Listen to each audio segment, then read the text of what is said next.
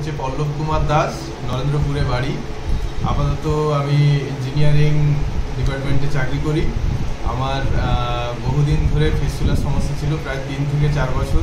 Homeopathy ওষুধ খেয়েছিলাম বহুদিন ধরে, কিন্তু সেটা সারছিলও না। আবার মানে পুরোপুরিভাবে যে সেখান থেকে নিষ্কৃতি পেয়েছি এরকমও নয়। তারপরে আমি গুগল থেকে ডক্টর আজাহার আলমের সম্পর্কে জানতে পারি। ওখান থেকে আমার শালার ওরও ফিস্টুলা ছিল। ও প্রথমে ট্রিটমেন্ট হয়, 1 মাসের মধ্যে দেখি পুরোপুরি সুস্থ হয়ে যায়। তারপরে আমারটা আমি করাই। আমিও আজকে 1 মাস হলো পুরোপুরি সুস্থ। তো ডাক্তারবাবু এবং ওনার অ্যাসিস্ট্যান্ট দয়া স্যার ভীষণভাবে আমাদেরকে হেল্প করেছেন, এবং ওনাদের ব্যবহার অমায়িক ব্যবহার। এবং এখনও এই যে আজ ওনার সঙ্গে দেখা করতে এসেছিলাম, এবং উনি দেখলেন পুরোপুরি ঠিকঠাক আছে, কোনো সমস্যা নেই। এবং ভবিষ্যতেও বলেছে কোনো সমস্যা হলে আসতে তিনি সব রকম সাহায্য করবেন।